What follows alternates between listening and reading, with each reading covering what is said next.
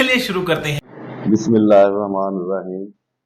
साडे दोस्तों साथियों भराओ अस्सलाम वालेकुम। साडे सुनने वालिओ साडे देखण वालिओ साडे चैनल नूं तुहाडी बड़ी मेहरबानी। तुसीं बड़ा सानूं प्यार दे रहे हो जनाब। बहुत सानूं मज़ा आ रहा तुहाडे प्यार देण दे विच और असीं भी जनाब नवीआं नवीआं गल्लां लतीफे कोई समझदारी दीयां गल्लां कहानियां आप बीतियां जग बीतियां सारियां भरावां दे अगे पेश कर रहे हैं। बड़ा तुहाडा एहसान है साडे ते कि तुसीं सानूं लाइक करदे हो, सानूं सबसक्राइब जिहा भी करदे आ, सारा कुछ करदे आ। बड़ी बड़ी मेहरबानी। देखदे भी हाँ जी। बहुत जनाब तुसीं प्यार दिओ। इंशाअल्लाह असीं भी आप वल्लों पूरा ढिल मारांगे तुहानूं खुश करन वास्ते भी साडे भरा जिहड़े ने परदेसां 'च बैठे खुश होण भी साडे भाई गल्लां भरा सुणा रहे। लो जी साडे हुण बजुर्ग चाचा जी हाजी अब्दुल गफार साहब सानूं गल सुणाणगे और सुनो जनाब और मज़े लो। लो चाचा जी। अस्सलाम वालेकुम। अज तुहानूं मैं गल सुणा लिया एक पीरां दी है। एक पीर सी ते ओहदा मरीज सी ओहदा एक ते दोए रहिंदे सी जिवें मसलन पिंड जी जां किसी इलाके च ते उत्थे ना कोई आमदन कोना आंदी होवे भुक्खे मरन लगे पीर मुरीद इकट्ठे रहिंदे। एक दिन मरीज कहंदा पीरा वे एक बादशाही ऐसी है वो उत्थे चली उत्थे सुने तो काम सस्ता है खैर थल है। पीर ने कहा चल पीर दे जनाब दी रात सुते सवेरे उठे जनाब दे चल पे जेल्ले चल पे जनाब उस बादशाही च जेल्ले गए उत्थे हर चीज़ दा रेट एक ही जेह्ड़ी चीज़ लैनी होवे हर चीज़ दा रेट ही इक्को ही। खीरी उत्थे पीर भी खुश है मरीज भी खुश है वैसे दिहाड़े चंगे टप्पण दे चंगा टाइम टप्पेगा। उन्होंने जनाब जी उत्थे बहना शुरू करता घ्यो भी उसे रेट ते दाने भी उसे रेट ते आटा भी उसे रेट ते जो चीज़ रहिंदी ओह इक्को रेट दे उत्ते। कुछ देर गुजरे ते बहुत फिट गए ਜਿਹੜੇ ਫਿੱਟ ਗਏ ਤੇ ਪੀਰ ਮਰੀਜ਼ ਨੂੰ ਕਹਿੰਦਾ ਵੀ ਆਪਾਂ ਇੰਝ ਕਰੀਏ ਵੈਸੇ ਨਾ ਨਿਕਲ ਚਲੀਏ ਇੱਥੇ ਹਾਲਾਤ ਮਾੜੇ ਹੀ ਹੋਣੇ ਹਾਲਾਤ ਇੱਥੇ ਚੰਗੇ ਨਹੀਂ ਨਜ਼ਰ ਆ ਰਹੇ। ਉਹਨੇ ਕਿਹਾ ਨਹੀਂ ਪੀਰ ਸਾਹਿਬ ਆਪਾਂ ਠੀਕ ਹੈ ਇੱਥੇ ਹੁਣ ਸੈੱਟਾਂ ਉਹ ਕੁਝ ਅਰਸਾ ਗੁਜ਼ਰ ਗਿਆ ਜਨਾਬ ਜਿਹੜੇ ਮਹੀਨਾ 2 ਮਹੀਨੇ ਰਹੇ ਉੱਥੇ ਬੰਦਾ ਕਿਸੇ ਨੇ ਕਤਲ ਕਰਤਾ। ਹੁਣ ਰਾਤ ਦਾ ਟਾਈਮ ਸੀ ਕਤਲ ਜਿਹੜਾ ਕੀਤਾ ਤੇ ਹੁਣ ਕਾਤਲ ਕੋਣਾ ਲੱਭੇ। ਸ਼੍ਰੀ ਬਾਦਸ਼ਾਹ ਨੇ ਕਿਹਾ ਵੀ ਇੰਝ ਕਰੋ ਤੁਸੀਂ ਨਾ ਫਿਰ ਜਿਹਦੇ ਗੱਲ 'ਚ ਫਾਂਸੀ ਪੂਰੀ ਆ ਜੇ ਨਾ ਉਹਨੂੰ ਚੜਾ ਦਿਓ ਬੰਦਾ ਚੜਾਉਣਾ ਨਾ। ਉਹਨਾਂ ਦੇਖਿਆ ਤੇ ਪੀਰ ਮਰੀਜ਼ ਦੇ ਦੂਏ ਇਲਾਕੇ 'ਚ ਆਏ ਤੇ ਉਹਨਾਂ ਖਾ ਕੇ ਚੰਗੇ ਫਿੱਟ ਚੜ ਗਈ ਜਨਾਬ। ਜਿਹਦੀ ਜਨਾਬ ਉਹਨਾਂ ਚੈੱਕ ਕੀਤਾ ਤੇ ਜਨਾਬ ਉਹ ਉਹਨਾਂ ਦੇ ਗੱਲ 'ਚ ਨਾ ਪੂਰਾ ਦੋਹਾਂ ਦੇ ਪੂਰੀ ਆਏ ਪੀਰ ਦੇ ਮਰੀਜ਼ ਦੇ ਵੀ। ਹੁਣ ਪੀਰ ਮਰੀਜ਼ ਨੂੰ ਕਹਿੰਦਾ ਮੈਂ ਤੈਨੂੰ ਕਿਹਾ ਨਹੀਂ ਸੀ ਬਸ ਨਿਕਲ ਚਲੀਏ ਤੇ ਤੂੰ ਨਹੀਂ ਮੰਨੀ ਹੁਣ ਮੇਰੀ ਗੱਲ। ਉਹਨੇ ਕਿਹਾ ਪੀਰਾ ਕੋਈ ਹੱਲ ਕੱਢ। ਉਹਨੇ ਕਿਹਾ ਹੱਲ ਮੈਂ ਕੱਢਣਾ। ਰਾਤ ਸੁੱਤੇ ਸਵੇਰੇ ਉੱਠਿਆ ਉਹਨੇ ਕਿਹਾ ਗੱਲ ਸੁਣ ਮੇਰੀ ਵੀ ਉਹਨੇ ਨਾ ਸਾਨੂੰ ਫਾਂਸੀ ਦੇਣਾ ਕੱਲ੍ਹ ਨੂੰ ਠੀਕ ਹੈ। ਹੁਣ ਤੂੰ ਜਿਹੜੇ ਫਾਂਸੀ ਦੇ ਨੇੜੇ ਲੈ ਕੇ ਜਾਣ ਨਾ ਤੇ ਤੂੰ ਕਹਿਣਾ ਕਿ ਪੀਰ ਸਾਹਿਬ ਫਾਂਸੀ ਮੈਂ ਚੜ੍ਹਨਾ ਤੇ ਮੈਂ ਤੈਨੂੰ ਕਹਿਣਾ ਨਹੀਂ ਮਰੀਜ਼ਾ ਮੈਂ ਚੜ੍ਹ ਦੇਣਾ। ਅੱਜ ਆਪਾਂ ਝੇੜਾ ਹੀ ਉਹ ਪਾ ਕੇ ਰੱਖਣਾ। ਉਹਨਾਂ ਜਨਾਬ ਜੀ ਫਾਂਸੀ ਵਾਲੇ ਜਿਹੜੇ ਟਾਈਮ ਆਇਆ ਜਨਾਬ ਜੀ ਉਹ ਲੈ ਕੇ ਗਏ ਪੁਲਿਸ ਵਾਲੇ ਵਗੈਰਾ ਲੈ ਗਏ ਉੱਥੇ ਜਨਾਬ ਜੀ ਜਿਹੜੇ ਰਸਤੇ ਦੇ ਨੇੜੇ ਗਏ ਪੀਰ ਨੂੰ ਕਰਨ ਲੈ ਤੇ ਜਨਾਬ ਮਰੀਜ਼ ਆ ਕੇ ਜੀ ਮੈਂ ਜਾਣਾ ਹੈਗਾ। ਉਹ ਮਰੀਜ਼ ਜਿਹੜੇ ਹੈਗਾ ਹੋਵੇ ਜਨਾਬ ਪੀਰ ਆ ਕੇ ਨਹੀਂ ਮੈਂ ਜਾਣਾ। ਸ਼੍ਰੀ ਰੌਲਾ ਉਹ ਪੈਂਦਿਆਂ ਬਾਦਸ਼ਾਹ ਕੋਲ ਗੱਲ ਪਹੁੰਚ ਗਈ ਵੀ ਗੱਲ ਕੀ ਹੈ। ਉਹਨੇ ਬਾਦਸ਼ਾਹ ਨੇ ਬੁਲਾਇਆ ਉਹਨਾਂ ਦੋਨਾਂ ਨੂੰ ਅਸਲ ਗੱਲ ਕੀ ਹੈ। ਉਹਨੇ ਕਿਹਾ ਬਾਦਸ਼ਾਹ ਸਲਾਮਤ ਜਿਹੜਾ ਅੱਜ ਦੇ ਦਿਨ ਫਾਂਸੀ ਚੜ੍ਹੇਗਾ ਨਾ ਉਹ ਸਿੱਧਾ ਜੰਨਤੀ ਹੈ ਤੇ ਮੈਂ ਕਹਿੰਦਾ ਕਿ ਮੈਂ ਮਰਨਾ ਤੇ ਹੈ ਹੀ ਹੈ ਨਾ ਤੇ ਮੈਂ ਜੰਨਤ ਤੇ ਟੁੱਟਾਂ। ਤੇ ਮਰੀਜ਼ ਕਹਿੰਦਾ ਨਹੀਂ ਜੀ ਇਹ ਮੇਰਾ ਪੀਰ ਹੈ ਤੇ ਮੈਂ ਇਹਦਾ ਫੈਜ਼ ਮੈਂ ਲੈਣਾ ਚਾਹੁੰਦਾ ਸਾਡਾ ਇਹ ਝੇੜਾ ਜਨਾਬ ਜੀ। ਖੀਰੀ ਉਹਨੇ ਵਜ਼ੀਰ ਨੂੰ ਕਹਿੰਦਾ ਵੀ ਬਾਦਸ਼ਾਹ ਕਹਿੰਦਾ ਯਾਰ ਇੰਝ ਕਰੋ ਪਰ ਤੁਸੀਂ ਫਾਂਸੀ ਮੈਨੂੰ ਦੇਵਾਂਗਾ ਤੇ ਮੈਂ ਜੰਨਤ ਤੇ ਚਲਾ ਜਾਵਾਂ ਆ ਜਾਵਾਂਗਾ। ਤੇ ਉਹ ਜਨਾਬ ਜੀ ਬਾਦਸ਼ਾਹ ਨੂੰ ਫਾਂਸੀ ਦੇ ਦਿੱਤੀ ਤੇ ਪੀਰ ਹੁਣ ਕਹਿੰਦਾ ਮੈਂ ਤੈਨੂੰ ਕਿਹਾ ਸੀ ਵੀ ਇੱਥੇ ਨਾ ਰਹਿ ਇੱਥੇ ਫੁੱਦੂ ਰਾਜ ਚੁਹਾਣੇ ਦਾ ਉਹੀ ਪਾ ਆਟੇ ਦਾ ਤੇ ਉਹੀ ਪਾ ਦਾਣੇ ਦਾ ਉਹੀ ਹਿਸਾਬ ਹੁਣ ਸਾਡੇ ਮੁਲਕ 'ਚ ਹੋਇਆ ਖਲਾ ਮੱਕੀ ਕਿਸੇ ਨਹੀਂ ਪੁੱਛੀ ਤੇ ਜੇ ਦਾਣੇ ਤੋਂ ਉਹਦਾ ਰੇਟ ਹੀ ਕੋਈ ਨਹੀਂ ਹੈ ਤੇ ਆਟਾ ਹੈ ਉਹ ਮਹਿੰਗਾ ਰੋਟੀ ਜਿਹੜੀ ਉਹ 20 ਰੁਪਏ ਦੀ ਚੱਲ ਰਹੀ ਉਸੇ ਤਰ੍ਹਾਂ ਹੀ ਦਾਣਿਆਂ ਨੂੰ ਕੋਈ ਖਰੀਦ ਨਹੀਂ ਰਿਹਾ ਤੇ ਜਨਾਬ ਦੀ ਰੋਟੀ ਖਾਣ ਨੂੰ ਲੱਭਦੀ ਨਹੀਂ ਕੋਈ ਬੰਦਿਆਂ ਨੂੰ। ਉਹੀ ਆ ਕੇ ਖੁੱਦੂ ਰਾਜ ਭਵਾਨੇ ਦਾ ਦਾ ਉਹੀ ਭਾਰਤੇ ਦਾ ਤੇ ਉਹੀ ਦਾਣੇ ਦਾ ਇੱਕ ਹੋਰ ਸੁਣਾਵਾਂਗੇ, ਤੁਸੀਂ ਸੁਣਾਣੀ ਪਹਿਲਾਂ? ਚਲੋ ਸੁਣਾ ਦਿਓ। ਹੈਂ? ਅੱਛਾ, ਨਹੀਂ ਨੇੜੇ ਹੀ ਹੈ। ਇੱਕ ਉਹ ਪਿੰਡ ਸੀ ਤੇ ਉਹਦੇ 'ਚ ਨਾ ਕੋਈ ਔਰਤ ਇੱਕ ਵਿਆਹੀ ਆ ਗਈ, ਤੇ ਔਰਤ ਸੀ ਬੜੀ ਖੂਬਸੂਰਤ। ਹੁਣ ਉਹਦੇ ਮਗਰ ਨਾ ਬੰਦੇ ਪੈ ਗਏ, ਬਾਦਸ਼ਾਹ ਵੀ ਪੈ ਗਿਆ, ਵਜ਼ੀਰ ਨੇ ਵੀ ਆਲ ਪੈ ਗਈ, ਉਹ ਕੁੜੀ ਬੜੀ ਸੋਹਣੀ ਵਿਆਹੀ ਆਈ ਹੈ। ਖੀਰੀ ਜਨਾਬ ਜੀ ਨੂੰ ਉਹ ਆਪਣੇ ਬੰਦੇ ਨੂੰ ਕਹਿੰਦੀ, ਉਹ ਭਲੇ ਮਾਨਸ ਸ਼ਰੀਫ ਸੀ, ਉਹਨੇ ਆਪਣੇ ਬੰਦੇ ਨੂੰ ਕਿਹਾ ਆਪਾਂ ਇਹ ਪਿੰਡ ਛੱਡ ਕੇ ਚਲੀਏ, ਇੱਥੇ ਆਪਣਾ ਗੁਜ਼ਾਰਾ ਕੋਈ ਨਹੀਂ, ਬੰਦੇ ਬੜੇ ਤੰਗ ਕਰਦੇ। ਉਹਨੇ ਕਿਹਾ ਅੱਛਾ। ਉਹਨੇ ਕਿਹਾ ਜੀ ਮੈਂ ਨਾ ਬੰਦਿਆਂ ਦਾ ਲਾਣਾ ਕੁਛ ਹਿਸਾਬ ਕਿਤਾਬ, ਤੇ ਅੱਲਾ ਚੰਗੀ ਕਰੇਗਾ। ਉਹ ਆਪਣੀ ਜਨਾਨੀ ਨੂੰ ਕਹਿੰਦਾ ਬਸ ਤੂੰ ਮੈਂ ਹੁਣ ਨਾ ਦਿਨੇ ਨਿਕਲਾਂਗਾ ਇੱਥੋਂ, ਤੇ ਰਾਤ ਨੂੰ ਮੈਂ ਨਾ ਕੋਠੇ ਚੜ੍ਹ ਕੇ ਨਾ ਲੰਮੇ ਪੈ ਜਾਵਾਂਗੇ, ਪਰ ਨਾਲੇ ਦੇਖ ਕਰਾਂਗੇ, ਤੂੰ ਉਹਨਾਂ ਨੂੰ ਸਾਰਿਆਂ ਨੂੰ ਟਾਈਮ ਦੇਣਾ। ਹੁਣ ਉਹ ਔਰਤ ਗਈ ਜਨਾਬ ਜੀ ਅੱਗੇ ਬਾਦਸ਼ਾਹ ਦੇ ਪਾਸੇ ਗਈ, ਤੇ ਉਹਨੇ ਪੁੱਛਿਆ ਵੀ ਅੱਜ ਕਿੱਧਰ ਫਿਰਨੀ ਵੀ? ਉਹਨੇ ਕਿਹਾ ਕੋਈ ਸੌਦਾ ਸੂਦਾ ਲੈਣਾ ਸੀ, ਤੇ ਮੈਂ ਕਿਹਾ ਚਲੋ ਸੌਦਾ ਹੀ ਲੈ ਜਾ। ਉਹਨੇ ਦੁਕਾਨਦਾਰ ਨੂੰ ਕਿਹਾ ਸੌਦਾ ਸੂਦਾ ਦੇ, ਪੈਸੇ ਨਹੀਂ ਲੈਣੇ। ਉਹਨੇ ਸੌਦਾ ਲਿਆ ਤੇ ਆ ਗਈ, ਘਰ ਰੱਖ ਕੇ ਤੇ ਫਿਰ ਚਲੀ ਗਈ ਵਜ਼ੀਰ ਵਾਲੀ ਗਲੀ। ਵਜ਼ੀਰ ਪੁੱਛਦਾ ਕਿੱਧਰ? ਉਹਨੇ ਕਿਹਾ ਚੱਲੀ ਸੀ ਸੌਦਾ ਸੂਦਾ ਲੈਣ, ਬੰਦਾ ਗਿਆ ਕਿਤੇ, ਤੇ ਉਹਨੂੰ ਸੌਦਾ ਲੈ ਕੇ ਜਾਣਾ। ਵਜ਼ੀਰ ਨੇ ਵੀ ਸੌਦਾ ਨੂੰ ਫਰੀ ਦਵਾ ਦਿੱਤਾ, ਤੇ ਉਹਨੇ ਕਿਹਾ ਤੂੰ ਚੱਲ। ਹੁਣ ਬਾਦਸ਼ਾਹ ਨੇ ਟਾਈਮ ਪੁੱਛਿਆ, ਸਾਨੂੰ ਟਾਈਮ ਦੇ, ਉਹਨੇ ਟਾਈਮ ਦੇ ਦਿੱਤਾ 8 ਵਜੇ ਦਾ ਰਾਤ ਦਾ। ਵਜ਼ੀਰ ਨੇ ਪੁੱਛਿਆ ਤੇ ਉਹਨੇ ਕਿਹਾ 9:30 ਵਜੇ ਆ ਜੀ। ਉਸ ਤੋਂ ਬਾਅਦ ਜਨਾਬ ਚਲੀ ਗਈ SHO ਕੋਲੇ। SHO ਨੇ ਪੁੱਛਿਆ ਕਿੱਧਰ ਬਾਦਸ਼ਾਹ? ਉਹਨੇ ਕਿਹਾ ਸੌਦਾ ਲੈਣ ਆਈ ਸੀ, ਤੇ ਤੁਹਾਡਾ ਭਾਈਆ ਗਿਆ ਹੈ ਰੋਣ ਤਿਆਰੀ, ਤੇ ਮੈਂ ਕਿਹਾ ਚਲੋ ਸੌਦਾ ਹੀ ਲੈ ਜਾ। ਉਹਨੇ ਵੀ ਸੌਦਾ ਸੂਦਾ ਦਵਾਇਆ ਤੇ ਚਲੀ ਗਈ। ਉਹਨੂੰ ਵੀ ਟਾਈਮ 10 ਵਜੇ ਦਾ ਦੇ ਦਿੱਤਾ।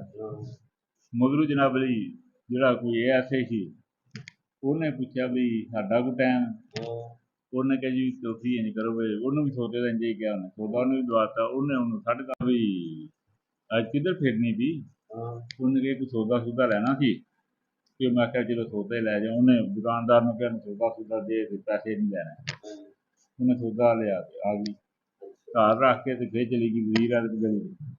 ਵਜ਼ੀਰ ਪੁੱਛਦਾ ਕਿੱਧਰ? ਉਹਨੇ ਕਿਹਾ ਚੱਲੀ ਸੀ ਸੌਦਾ ਸੂਦਾ ਲੈਣ, ਬੰਦਾ ਗਿਆ ਕਿਤੇ, ਤੇ ਉਹਨੂੰ ਸੌਦਾ ਲੈ ਕੇ ਜਾਣਾ। ਵਜ਼ੀਰ ਨੇ ਵੀ ਸੌਦਾ ਨੂੰ ਫਰੀ ਦਵਾ ਦਿੱਤਾ, ਤੇ ਉਹਨੇ ਕਿਹਾ ਤੂੰ ਚੱਲ। ਹੁਣ ਬਾਦਸ਼ਾਹ ਨੇ ਟਾਈਮ ਪੁੱਛਿਆ, ਸਾਨੂੰ ਟਾਈਮ ਦੇ, ਉਹਨੇ ਟਾਈਮ ਦੇ ਦਿੱਤਾ 8 ਵਜੇ ਦਾ ਰਾਤ ਦਾ। ਵਜ਼ੀਰ ਨੇ ਪੁੱਛਿਆ ਤੇ ਉਹਨੇ ਕਿਹਾ 9:30 ਵਜੇ ਆ ਜੀ। ਉਸ ਤੋਂ ਬਾਅਦ ਜਨਾਬ ਚਲੀ ਗਈ SHO ਕੋਲੇ। SHO ਨੇ ਪੁੱਛਿਆ ਕਿੱਧਰ ਬਾਦਸ਼ਾਹ? ਉਹਨੇ ਕਿਹਾ ਸੌਦਾ ਲੈਣ ਆਈ ਸੀ, ਤੇ ਤੁਹਾਡਾ ਭਾਈਆ ਗਿਆ ਹੈ ਰੋਣ ਤਿਆਰੀ, ਤੇ ਮੈਂ ਕਿਹਾ ਚਲੋ ਸੌਦਾ ਹੀ ਲੈ ਜਾ। ਉਹਨੇ ਵੀ ਸੌਦਾ ਸੂਦਾ ਦਵਾਇਆ ਤੇ ਚਲੀ ਗਈ। ਉਹਨੂੰ ਵੀ ਟਾਈਮ 10 ਵਜੇ ਦਾ ਦੇ ਦਿੱਤਾ। ਮਗਰੋਂ ਜਨਾਬ ਲਈ ਜਿਹੜਾ ਕੋਈ ਐਸੇ ਸੀ, ਉਹਨੇ ਪੁੱਛਿਆ ਵੀ ਸਾਡਾ ਕੋਈ ਟਾਈਮ? ਉਹਨੇ ਕਿਹਾ ਜੀ ਤੁਸੀਂ ਇੰਝ ਕਰੋ ਵੀ ਉਹਨੂੰ ਵੀ ਸੌਦੇ ਦਾ ਇੰਝ ਹੀ ਕਿਹਾ, ਉਹਨੇ ਸੌਦਾ ਉਹਨੂੰ ਵੀ ਦਵਾਤਾ। ਉਹਨੇ ਉਹਨੂੰ 10:30 ਦਾ ਕਹਿ ਦਿੱਤਾ। ਕਰਦੀ ਗਈ। ਹੁਣ ਜਨਾਬ ਘਰ ਉਹਨੇ ਮਿੱਟੀ ਰੱਖ ਕੇ ਨਾ ਥੱਲੇ, ਉਹਦੇ ਪਾਣੀ ਪਾ ਕੇ ਤੇ ਗਾਰਾ ਸ਼ਾਰਾ ਬਣਾ ਲਿਆ, ਤੇ ਕੁਰਸੀ ਨਾਲ ਡਾਲਤੀ, ਆਹ ਪੀੜੇ ਤੇ ਬੈਠੀ। ਹੁਣ ਜਨਾਬ ਬਾਦਸ਼ਾਹ ਦਾ ਟਾਈਮ ਹੋ ਗਿਆ, ਤੇ ਬਾਦਸ਼ਾਹ ਆ ਗਿਆ। ਉਹਨੇ ਜਨਾਬ ਜੀ ਦਰਵਾਜ਼ਾ ਖੜਕਾਇਆ, ਉਹਨੇ ਕਿਹਾ ਕੌਣ? ਉਹਨੇ ਕਿਹਾ ਮੈਂ ਬਾਦਸ਼ਾਹ। ਮੈਂ ਦਰਵਾਜ਼ਾ ਖੋਲ੍ਹਿਆ, ਉਹ ਬੈਠ ਜਾਓ, ਬਹਿ ਗਈ। 2 ਮਿੰਟ 4 ਦਰਵਾਜ਼ੇ 'ਚ ਲੱਗੀ ਰਹੀ, ਹੱਥ ਫੇਰਦੀ ਰਹੀ, ਤੇ ਕਹਿੰਦੀ ਉੱਠੀਏ। ਉਹਨੇ ਕਿਹਾ ਨਹੀਂ, ਕਿ ਤਸਵੀਰ ਮੈਂ ਬਣਾਉਣੀ ਹੈ, ਤੇ ਬਣਾ ਲਾ। ਨਹੀਂ ਨਹੀਂ ਨਹੀਂ ਬਾਦਸ਼ਾਹ ਨਹੀਂ ਪਾਇਆ ਨਾ, ਅੱਛਾ ਉੱਥੇ ਹੈ ਨਾ, ਅੱਛਾ ਉਹ ਜਨਾਬ ਦੀ ਨਾ, ਉਹਨੇ ਕਿਹਾ ਕਿ ਤਸਵੀਰ ਬਣਾਉਣੀ ਹੈ, ਤੇ ਤਸਵੀਰ ਬਣਾ ਲਾ। ਤੇ ਫਿਰ ਬੰਦਾ ਕਹਿ ਗਿਆ ਤਸਵੀਰ ਬਣਾ ਦੀ। ਉਹਨੇ ਕਿਹਾ ਅੱਛਾ। ਉਹਨੇ ਕੀ ਇਤਨਾ ਮਗਦੂ ਜਨਾਬ ਵਜ਼ੀਰ ਸਾਹਿਬ ਨੇ ਕੇ ਦਰਵਾਜ਼ਾ ਖੜਕਾਇਆ। ਉਹਨੇ ਕਿਹਾ ਕੌਣ? ਉਹਨੇ ਕਿਹਾ ਵਜ਼ੀਰ। ਉਹਨੇ ਬਾਦਸ਼ਾਹ ਨੇ ਕਿਹਾ ਮੈਨੂੰ ਛੁਪਾ, ਤੇ ਵਜ਼ੀਰ ਨੇ ਨਾ, ਮੇਰਾ ਵਜ਼ੀਰ ਆ ਗਿਆ, ਮੈਨੂੰ ਕਿਸੇ ਪਾਸੇ ਛੁਪਾ। ਉਹਨੇ ਕਿਹਾ ਚੱਲ ਅੰਦਰ ਵੜ। ਅੰਦਰ ਉਹਨੂੰ ਗੋਟੀ 'ਚ ਖੜਵਾ ਦਿੱਤਾ, ਤੇ ਉਹਦੇ ਤੇ ਗਾਰਾ ਜਿਹੜਾ ਲਿਖ ਦਿੱਤਾ ਪੂਰਾ। ਹੁਣ ਜਨਾਬ ਜੀ ਬਾਹਰ ਆ, ਫਿਰ ਗਾਰੇ 'ਚ ਪਾ ਕੇ ਬਹਿ ਗਈ, ਤੇ ਵਜ਼ੀਰ ਨੇ ਪਾ ਲਿਆ। ਵਜ਼ੀਰ ਜਨਾਬ ਜੀ ਜਿਹੜੇ ਗੱਲਾਂ ਬਾਤਾਂ ਕਰਦਾ ਰਿਹਾ, ਉਹਨੇ ਕਿਹਾ ਇੱਕ ਤਸਵੀਰ ਬਣਾਉਣੀ, ਬੰਦਾ ਕਹਿ ਗਿਆ ਤਸਵੀਰ ਬਣਾ ਲਾ, ਤੇ ਫਿਰ ਚੱਲਦੇ ਆ। ਉਹ ਗਾਰਾ ਯਾਰਾ ਘੋਲਦੀ, ਤੇ ਮਗਰੋਂ ਜਨਾਬ ਜੀ ਥਾਣੇਦਾਰ ਸਾਹਿਬ ਆ ਗਏ। ਉਹਨਾਂ ਨੇ ਪੁੱਛਿਆ ਕੌਣ? ਉਹਨੇ ਕਿਹਾ ਮੈਂ ਥਾਣੇਦਾਰ। ਵਜ਼ੀਰ ਨੇ ਕਿਹਾ ਮੇਰੇ ਨੇ ਕਿਹਾ ਮੈਨੂੰ ਛੁਪਾ, ਤੇ ਇਹ ਤੇ ਸਵੇਰੇ ਉਂਝ ਰੌਲਾ ਪਾ ਦੇਗਾ, ਬਦਨਾਮ ਹੋ ਜਾਏਗਾ ਮੈਂ। ਉਹਨੇ ਦੂਜੀ ਕੋਠੀ ਜਾ ਕੇ ਨਾ ਉਹਨੂੰ ਖੜਾ ਕਰਕੇ ਉਹਨੂੰ ਵੀ ਗਾਰਾ ਲਿਖ ਦਿੱਤਾ ਜਾਂਦੀ ਦਾ। ਹੁਣ ਥਾਣੇਦਾਰ ਸਾਹਿਬ ਬਹਿ ਗਏ ਤੇ ਉਹਦੇ ਨਾਲ ਬੜੀ ਉਹ ਗਾਰਾ ਘੋਲਣ ਲੱਗ ਪਈ। ਫਿਰ ਉਹਨੇ ਕਿਹਾ ਉੱਠੀਏ, ਉਹਨੇ ਕਿਹਾ ਇੱਕ ਤਸਵੀਰ ਬਣਾਉਣੀ, ਇਹ ਬਣਾ ਲਾਂ ਤੇ ਫਿਰ ਚੱਲਦੇ। ਬੰਦਾ ਮੇਰਾ ਕਹਿ ਗਿਆ ਤਸਵੀਰ ਬਣਾਉਣੀ। ਉਹਨੇ ਕਿਹਾ ਠੀਕ ਹੈ। ਉਹ ਇਤਨਾ ਜਨਾਬ ਪਿੱਛੋਂ ASI ਵਗੈਰਾ ਆ ਗਏ। ਉਹਨੇ ਦਰਵਾਜ਼ਾ ਖੜਕਾਇਆ। ਉਹਨੇ ਕੌਣ? ਉਹਨੇ ਕਿਹਾ ਮੈਂ ASI। ਉਹਨੇ ਕਿਹਾ ਬਈ ਮੈਨੂੰ ਛੁਪਾ। ਉਹ ਤੀਸਰੀ ਕੋਠੀ 'ਚ ਉਹਨੇ ਖੁਲਾ ਕੇ ਉਹਨੂੰ ਗਾਰਾ ਦੇ ਦਿੱਤਾ। ਫਿਰ ਇੱਦਾਂ ਤੇ ਉਹਨੂੰ ਕੁਰਸੀ ਤੇ ਬਾਤਾ ਆਪ ਗਾਰੇ 'ਚ ਹੱਥ ਫੇਰਨ ਲੱਗ ਪਈ। ਹੁਣ ਬੰਦਾ ਜਨਾਬ ਜੀ ਉੱਠਿਆ, ਉਹ ਜਨਾਬ ਜੀ ਉਹਨੇ ਕੰਧ ਦੀ ਛਾਲ ਮਾਰ ਕੇ ਬਾਹਰਲੇ ਪਾਸੋਂ ਆਣ ਕੇ ਦਰਵਾਜ਼ਾ ਖੜਕਾਇਆ। ਉਹਨੇ ਕਿਹਾ ਕੌਣ? ਉਹਨੇ ਕਿਹਾ ਮੈਂ ਤੇਰੇ ਘਰ। ਉਹਨੇ ਕਿਹਾ ਤੂੰ ਤੇ 2-3 ਦਿਨਾਂ ਵਾਸਤੇ ਗਿਆ। ਉਹਨੇ ਕਿਹਾ ਮੈਨੂੰ ਕੰਮ ਨਹੀਂ ਬਣਿਆ ਤੇ ਮੈਂ ਵਾਪਸ ਆ ਗਿਆ। ਉਹ ਕਹਿੰਦਾ ਮੈਨੂੰ ਛੁਪਾ, ਮੇਰੇ ਬਣ ਦੇਗਾ ਤੇਰੇ। ਉਹਨੇ ਕਿਹਾ ਚੱਲ ਅੰਦਰ। ਉਹ ਚੌਥੀ ਕੋਠੀ ਉਹਨੂੰ ਆ ਕੇ ਨਾ ਉਹਨੇ ਮੈਨੂੰ ਗਾਰਾ ਲਿਖ ਦਿੱਤਾ। ਹੁਣ ਬੰਦਾ ਆਣ ਕੇ ਬਹਿ ਗਿਆ। ਉਹਨੂੰ ਕਹਿੰਦਾ ਜਿਹੜੀਆਂ ਮੈਂ ਤੈਨੂੰ ਤਸਵੀਰਾਂ ਕਹੀਆਂ ਸੀ ਉਹ ਬਣਾਈਆਂ ਨਹੀਂ? ਉਹਨੇ ਕਿਹਾ ਬਣਾ ਦਿੱਤੀਆਂ ਨੇ। ਉਹਨੇ ਕਿਹਾ ਦਿਖਾ। ਉਹਨੇ ਕਿਹਾ ਚੱਲ। ਉਹਨੇ ਦਿਖਾਇਆ। ਹੁਣ ਸਾਹ ਕੁੱਟਿਆ, ਸਾਹ ਕੁੱਟਿਆ ਸੀ। ਫਿਰ ਫੁਰ ਕੇ ਮੂੰਹ ਤੇ ਹੱਥ ਮਾਰ ਮੂਰ ਕੇ ਨਾਲ ਤੇ ਬਾਹਰ ਆ ਗਿਆ। ਉਹਨੇ ਕਿਹਾ ਮੈਂ ਤੈਨੂੰ ਕਿਹਾ ਸੀ ਨੱਕ ਨਾ ਬਣਾਈ ਤੇ ਤੂੰ ਇਹਨਾਂ ਦੇ ਨੱਕ ਲਾ ਦਿੱਤੇ। ਛੋਟੇ ਨੱਕ ਤੂੰ ਵੱਡੇ ਲਾ। ਉਹਨੇ ਕਿਹਾ ਤੈਨੂੰ ਨਹੀਂ ਪਸੰਦ ਆਉਂਦੇ ਨੱਕ ਲਾ ਤੇ ਵੱਢ ਦੇ ਪਰਾਂ। ਉਹਨੇ ਕਿਹਾ ਫਿਰ ਲਿਆ ਅੰਦਰੋਂ ਛੁਰੀ ਲਿਆ। ਉਹਨੇ ਜਨਾਬ ਨੇ ਛੁਰੀ ਲਿਆਂਦੀ ਨਾ ਤੇ ਉਹਨੇ ਕਿਹਾ ਨਹੀਂ ਇਹ ਛੁਰੀ ਇੱਥੇ ਠੀਕ। ਉਹਨੇ ਕਿਹਾ ਫਨੀਅਰ ਛੁਰੀ ਜਿਹੜੀ ਨਾ ਉਹ ਲੈ ਕੇ ਆ। ਉਹਨੇ ਕਿਹਾ ਮੈਨੂੰ ਨਹੀਂ ਲੱਭਦੀ, ਆਪ ਜਾ ਕੇ ਲੱਭ ਲੈ। ਉਹ ਲੱਭਣ ਚਲਾ ਗਿਆ ਤੇ ਉਹ ਜਨਾਨੀ ਅੰਦਰ ਵੜਦੀ ਕਹਿੰਦੀ ਤੂੰ ਆ ਗਿਆ ਤੇ ਨਿਕਲ ਜੇ ਚੁੱਪ ਕਰਕੇ ਬਾਹਰ। ਜਨਾਬੀ ਨਾ ਇੱਕ ਉਹਨੇ ਸੀਰੇ ਦਾ ਕੜਾ ਜਿਹੜਾ ਕੜਾਹ ਭਰ ਕੇ ਰੱਖਿਆ ਬੂਹੇ ਤੇ ਅਗਲੇ ਪਾਸੇ ਨੇ ਕੁੱਕਰਾਂ ਦੇ ਖੰਭ ਸ਼ੰਭ ਰੱਖੇ। ਉਹ ਜਨਾਬ ਦੇ ਜਿਹੜੇ ਭੱਜੇ ਨਾ ਸਾਰੇ ਉਹ ਜਨਾਬ ਸੀਰੇ 'ਚ ਡਿੱਗੇ। ਸੀਰੇ 'ਚ ਜਨਾਬ ਜਿਹੜੇ ਨਿਕਲੇ ਤੇ ਜਨਾਬ ਜਿਹੜੇ ਖੰਭਾਂ ਦੇ ਡਿੱਗ ਤੇ ਉੱਤੇ ਖੰਭ ਸਾਰੇ ਲੱਗ ਗਏ। ਹੁਣ ਬੰਦੇ ਪੁੱਛਣੇ ਕਿ ਉਹਨਾਂ ਨੇ ਕਿਹਾ ਜਲ ਕੁੱਕੜ ਦਾ।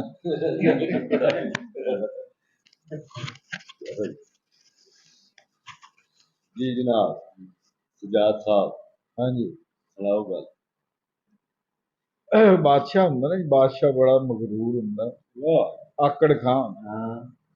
ਤੇ ਉਹ ਆਪਣੀ ਹਕੂਮਤ ਤਾਂ ਉਹਦੀ ਫਿਰ ਬਾਦਸ਼ਾਹ ਸੀਗੀ। ਤੇ ਸਰਕਾਰ ਮੇਰੀ ਲੋਕਾਂ ਨੂੰ ਵੀ ਨਾ ਮਸਲ ਵੀ ਆਪਣੇ ਸਿਸਟਮ ਚਲਾਉਣ ਵਾਲੀ ਗੱਲ। ਜੇ ਕੋਈ ਚੂਚਾ ਕਰਨ ਵਾਲੇ ਨੂੰ ਫਾਇਦਾ। ਅਖੀਰ ਕੁਦਰਤ ਲਈ ਕਰਦੇ ਕਰਦੇ ਸਿਸਟਮ ਇਹ ਆ ਗਿਆ ਕਿ ਉਹਦੇ ਕੋਲ ਨਾ ਬੱਚੀਆਂ ਸੀ। ਬੱਚਿਆਂ ਕੋਲ 4 ਬੱਚੀਆਂ ਸੀ। ਬੱਚੀਆਂ ਨੂੰ ਉਖੜ ਕੇ ਬੋਲਿਆ ਨਾ, ਆਕੜ ਗਈ। ਉਹ ਕਹਿਣ ਲੱਗਿਆ ਵੀ ਤੁਸੀਂ ਇਹ ਦੱਸੋ ਵੀ ਇਹ ਜਿਤਨੀ ਐਸ਼ ਕਰ ਰਹੇ ਆ ਖਾਰੇ ਪੀਲੇ ਕਿਹਦਾ ਖਾਰੇ? ਉਹ ਵੱਡੀ ਕਹਿਣ ਲੱਗੇ ਬਈ ਤੇਰਾ। ਛੋਟੀ ਵੀ ਕਹਿਣ ਲੱਗੇ ਬਈ ਤੇਰਾ। ਤੀਸਰੀ ਕਹਿਣ ਲੱਗੇ ਵੀ ਤੇਰਾ। ਚੌਥੀ ਕਹਿਣ ਲੱਗੀ ਮੈਂ ਤਾਂ ਰੱਬ ਦੇ ਦਿੱਤਾ ਖਾਂ, ਮੈਂ ਕੋਈ ਤੇਰਾ ਨਹੀਂ ਖਾ ਰਹੀ। ਉਹਨੇ ਕਿਹਾ ਇਹ ਗੱਲ ਆ? ਉਹਨੇ ਕਿਹਾ। ਉਹਨੇ ਕਿਹਾ ਜੰਗਲ ਸਿੱਟੋ। ਬੁਲਾ ਲਿਆ ਚੌਕੀਦਾਰਾਂ ਨੂੰ, ਮਤਲਬ ਆਪਣੇ ਪੁਲਿਸ ਵਾਲਿਆਂ ਨੂੰ, ਆਰਡਰ ਕਰਦੇ ਵੀ ਇਹਨੂੰ ਨਾ ਜੰਗਲ ਛੱਡ।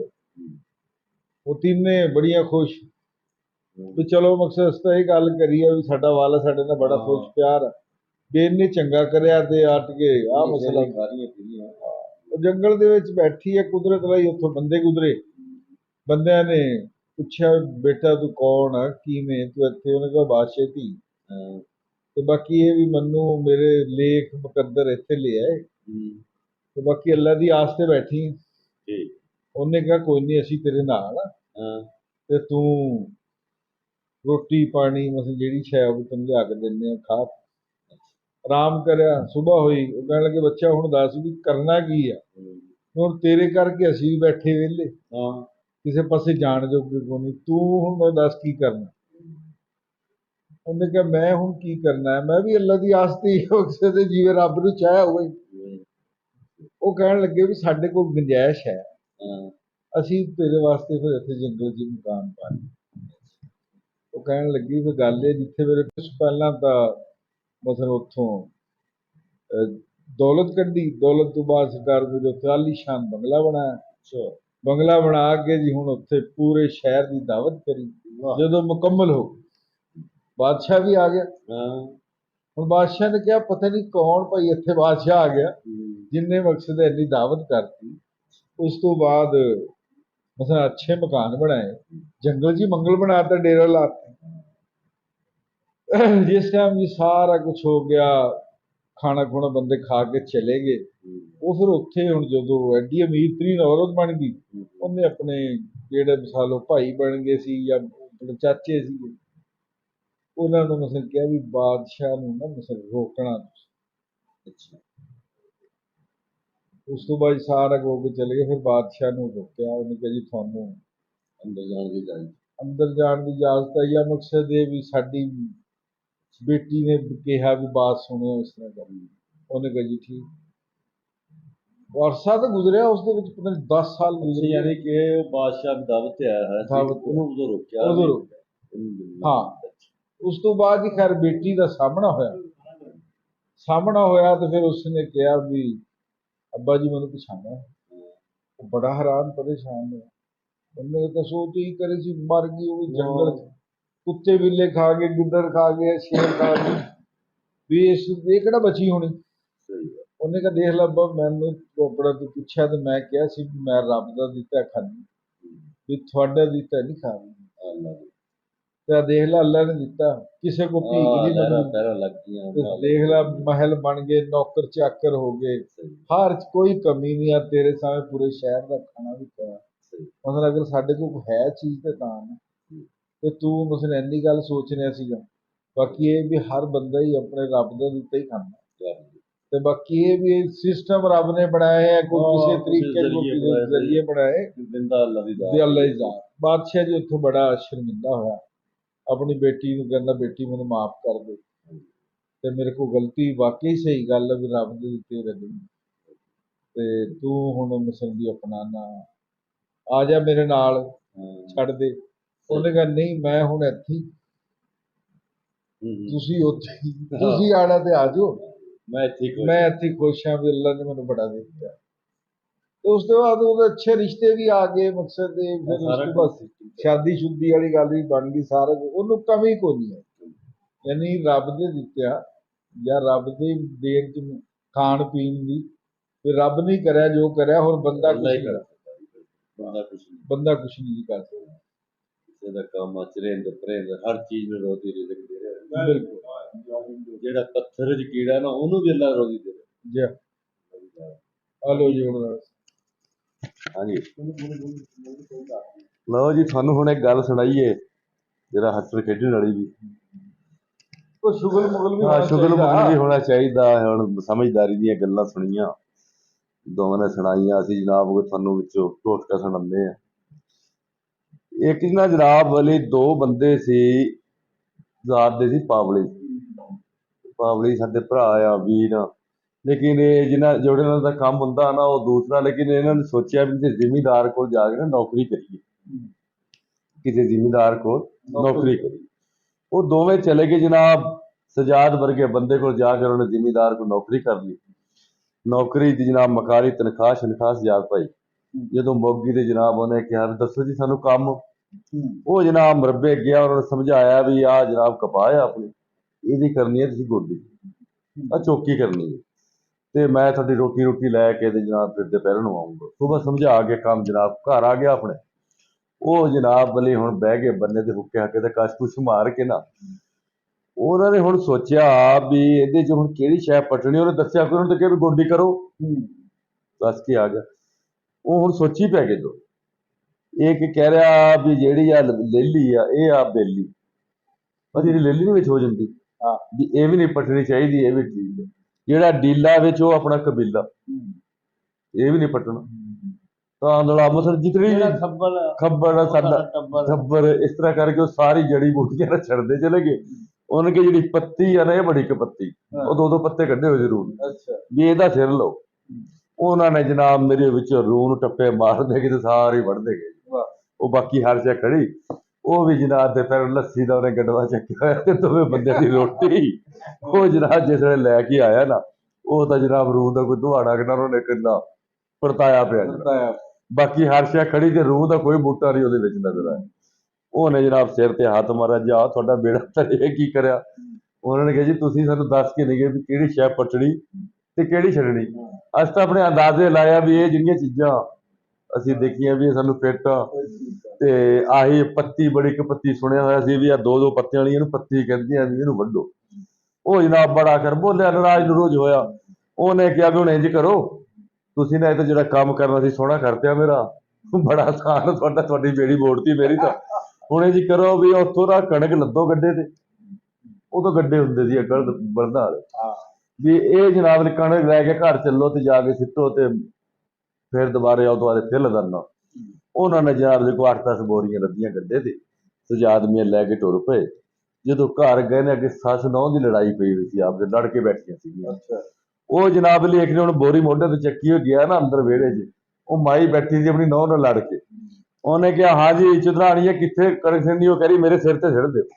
ਉਹ ਵੀ ਲੜੀ ਬੈਠੀ ਸੀ ਅੱਕੀ ਹੋਈ ਨੇ ਕਰੀ, ਉਹਨੇ ਜਾਂਦੀ ਕਰੀ ਬੋਰੀ ਮਣ ਕੇ ਤੋੜਦੇ ਦੂਏ ਨੇ ਉਹ 10 ਬੋਰੀਆਂ ਦੇ ਬੁੱਢੀ ਦੱਬ ਕੇ ਨਾ ਵਾਪਸ ਗੱਡਾ ਲੈ ਕੇ ਫੇਰ ਲੈ ਆਈਏ ਭਰ ਦੁਬਾਰੇ ਫੇਰ ਜਨਾਬ ਉਹ ਜ਼ਿਮੀਦਾਰ ਸਾਹਿਬ ਵੀ ਨਾਲ ਆ ਗਏ ਆਖਰੀ ਗੱਡੇ ਨਾਲ।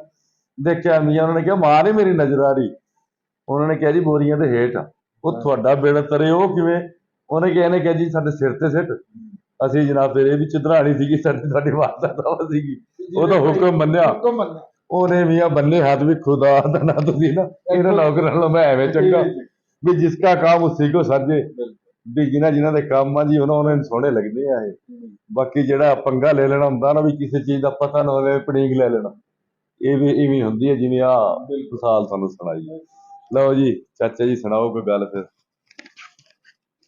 ਅਸਲਾਮੁਅਲੈਕੁਮ ਜੀ।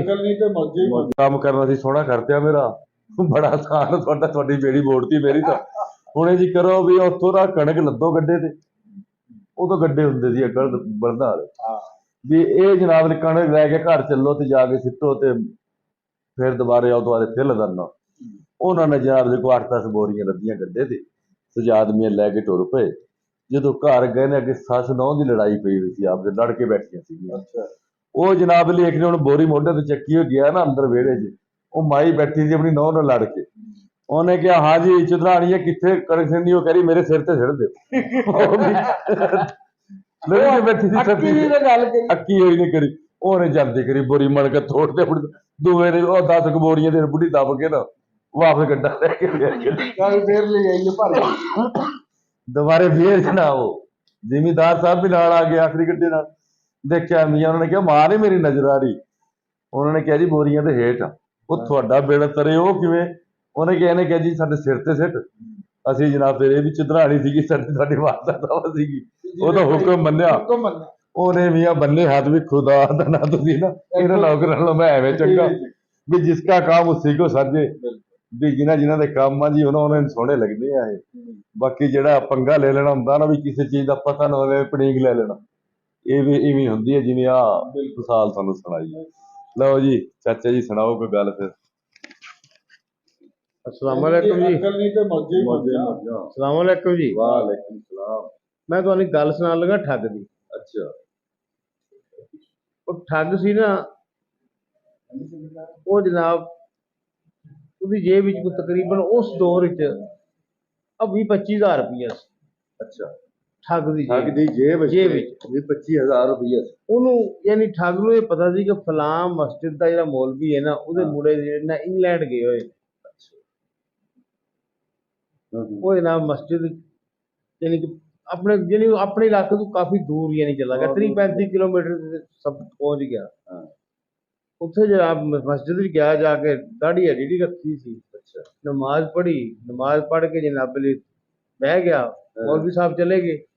ਜਦੋਂ ਦੁਬਾਰਾ ਮੌਲਵੀ ਸਾਹਿਬ ਆਏ ਜ਼ੋਹਰ ਦੀ ਨਮਾਜ਼ ਪੜ੍ਹਾਉਣ ਵਾਸਤੇ, ਉਹਨੇ ਕਿਹਾ ਯਾਰ ਤੂੰ ਬੈਠਾ ਆ? ਉਹਨੇ ਕਿਹਾ ਮੌਲਵੀ ਸਾਹਿਬ ਮੈਂ ਜਾਣਾ ਅੱਗੇ, ਤੇ ਮੇਰੇ ਕੋਲ ਯਾਨੀ 20-25 ਹਜ਼ਾਰ ਰੁਪਈਆ ਹੈ, ਤੇ ਮੈਂ ਸੋਚਿਆ ਸੀ ਕਿ ਜਨਾਬੇ ਨਾ ਵੀ ਮੈਂ ਲੈ ਕੇ ਜਾਵਾਂਗਾ, ਰਾਹ 'ਚ ਕਿਸੇ ਨੇ ਮੈਨੂੰ ਲੁੱਟ ਲੈਣਾ ਹੈ, ਤੇ ਮੈਂ ਤੁਹਾਡੇ ਤੋਂ ਚੰਗਾ ਬੰਦਾ ਕੋਈ ਨਹੀਂ ਸਮਝਦਾ ਵੀ ਜਿਹੜਾ ਤੁਸੀਂ ਅਮਾਨਤ ਦੀ ਖਿਆਨਤ ਨਹੀਂ ਕਰੋਗੇ, ਤੇ ਆਹ ਪੈਸੇ ਮੇਰੇ ਤੁਸੀਂ ਰੱਖ ਲਓ ਤੇ ਮੈਂ ਨਮਾਜ਼ ਪੜ੍ਹ ਕੇ ਨਿਕਲ। ਉਸ ਟਾਈਮ ਪਹਿਲਾਂ ਮੇਰੇ ਯਾਦ ਨਹੀਂ ਗੱਲ ਆਈ ਮੈਂ ਤੁਹਾਨੂੰ ਫੜਾ ਦਿਆਂ ਪੈਸੇ, ਫਿਰ ਮੇਰੇ ਬਾਅਦ 'ਚ ਧਿਆਨ ਆਇਆ ਕਿ ਮੈਂ ਜਿਹੜੇ ਪੈਸੇ ਨੇ ਨਾ ਮੌਲਵੀ ਸਾਹਿਬ ਨੂੰ ਫੜਾ ਦਿੰਦਾ ਤੇ ਵਾਪਸ ਲੈ ਲਾਂਗੇ ਜਦੋਂ ਆਵਾਂਗਾ। ਉਹ ਜਨਾਬ ਬਲੀ ਦੇ ਕੇ ਚਲਾ ਗਿਆ, ਆਪਣੇ ਘਰ ਆ ਗਿਆ ਵਾਪਸ। महीना गुजरिया, 2 गुजरे, 4 गुजरे, 6 महीने गुजर गए, पैसे लैन ही नहीं गया। तो 7-8 महीने बाद जनाब अली ਉਹ ਕੰਮ 'ਚ ਫਸ ਗਿਆ ਜਾਂ काम च नहीं होगा, ਉਹਦਾ ਮਿਸ਼ਨ ਸੀ। ਅੱਛਾ यानी ਉਹਦਾ ਮਿਸ਼ਨ ਸੀ ਕਿ मैं 7-8 महीने बाद जावांगा। ਮੈਂ ਹੀ ਠੱਗ ਗਈ 7-8 महीने बाद गया, मौलवी को मिलिया, नमाज नमूज पढ़ी, मौलवी साहब ਨੂੰ ਕਹਿਣ ਲੱਗਾ मौलवी साहब ਗੱਲ ਇਹ ਹੈ ਕਿ ਮੇਰੇ ਪੁੱਤਰਾਂ ਨੇ ਇੰਗਲੈਂਡ ਮੇਰੇ ਪੁੱਤਰ ਵੀ ਨੇ ਤੇ ਮੈਂ ਉਹਨਾਂ ਨੂੰ ਜਨਾਬ ਅਲੀ ਜ਼ਮੀਨ ਦਾ ਸੌਦਾ ਕਰ ਬੈਠਾ। ਉਹਨਾਂ ਕੋ ਥੋੜੀ ਪੈਸੇ ਦੀ ਪ੍ਰੋਬਲਮ ਬਣੀ ਸੀ। ਮੈਂ ਕਿਹਾ ਚਲੋ ਆਪਣੇ ਮੇਰੇ ਮੌਲਵੀ ਕੋ ਪੈਸੇ ਪਏ ਆ ਤੇ ਮੈਂ ਉਹ ਜਾ ਕੇ ਲੈ ਆਣਾ। ਠੀਕ ਹੈ ਉਹ ਜਨਾਬ ਅਲੀ ਮੌਲਵੀ ਨੇ ਕਿਹਾ ਜੀ ਠੀਕ ਹੈ ਜੀ ਤੁਹਾਡੀ ਮਾਨ। ਉਹਨੇ ਕਿਹਾ ਜੀ ਗੱਲ ਤੇ ਇਹ ਹੈ ਕਿ ਨਾ ਕੋਈ 20-25-30 ਹਜ਼ਾਰ ਕੱਟਦਾ ਹੈ। ਅੱਛਾ ਮੌਲਵੀ ਨੇ ਕਿਹਾ ਵੀ ਉਹ 30-35 ਹਜ਼ਾਰ ਯਾਰ ਮੈਂ ਤੈਨੂੰ ਦੇ ਦਿੰਨਾ, ਹਾਂ ਪੂਰੇ ਤੇ ਤੂੰ ਪੂਰੇ ਕਰ ਲੈ ਤੇ ਜਨਾਬ ਅਲੀ ਜਾ ਕੇ ਜ਼ਮੀਨ ਦਾ ਸੌਦਾ ਕਰ ਲੈ। ਉਹ ਪੈਸੇ ਲੈ ਕੇ ਆ ਗਿਆ। ਅੱਛਾ मौलवी महीना गुजरा, 2 गुजरे, ड्रैस पूरा दे के आया मौलवी ने। तो मैं जेलम शहर दे विच रहना। वो जनाब महीना 4 महीने 6 महीने गुजर गए, मौलवी ने क्या भी चंगा भी मुड़ के आए ही नहीं बंदा पैसे देन। वो गया जनाब अली मौलवी, अच्छा जाके बूहा खड़काया, बाहर निकलिया, अस्सलाम वालेकुम। वालेकुम सलाम जी, हाँ जी कौन हो तुसी? मौलवी नूं कहन लग्या। उन्होंने कहा यार वो मैं वो मौलवी है जिहदे कोल पैसे रखे सी, फिर तू मेरे को पैसे। उन्होंने कहा तेरा दिमाग ठीक है, मैं तेरे को पैसे काहदे रखने सी या मैं तेरे को काहदे लैने सी?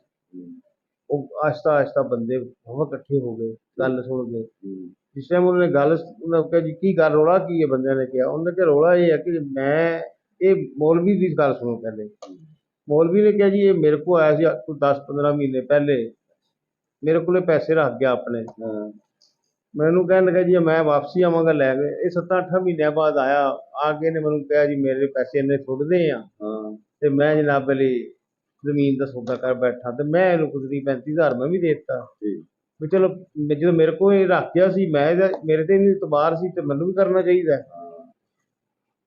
उन्हें बाद उन्होंने बंदे नूं कहा भी तुसीं ये दस्सो भी ये मेरा वाकफ नहीं, मैं इहदा वाकफ नहीं, इन्ने पैसे मैं इहनूं किवें दिंदा या मैं इहनूं किवें रखदा?